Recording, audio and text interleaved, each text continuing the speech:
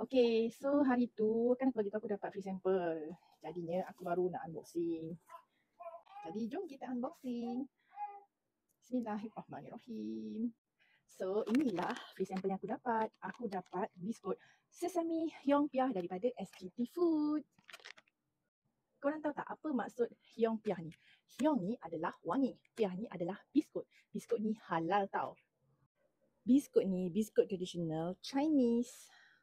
Rangup dan flaky di luar, kenyal dan chewy di dalam. Ya ke? Jom kita cuba. Mari. Bismillahirrahmanirrahim. Bagusnya biskut ni, dia ada seal tau.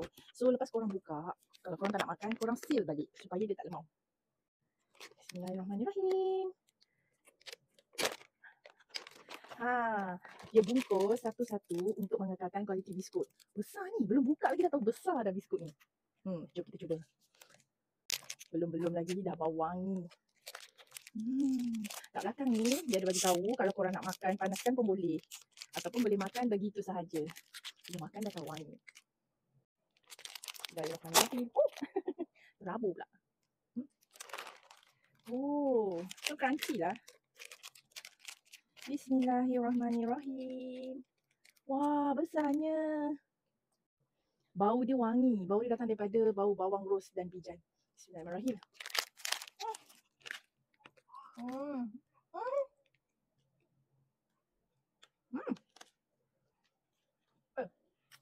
Sedap.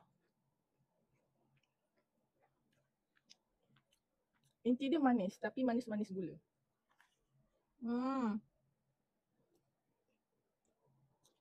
Kalau korang cicah dengan teh panas ni, sedapnya. Wah, sedap. Thank you SGT Food.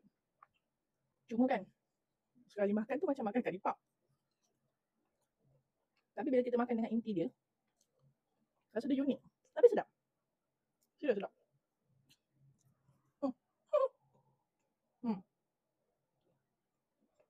Begitu rapuh. Tapi dalam dia kenyal-kenyal. So siapa nak beli,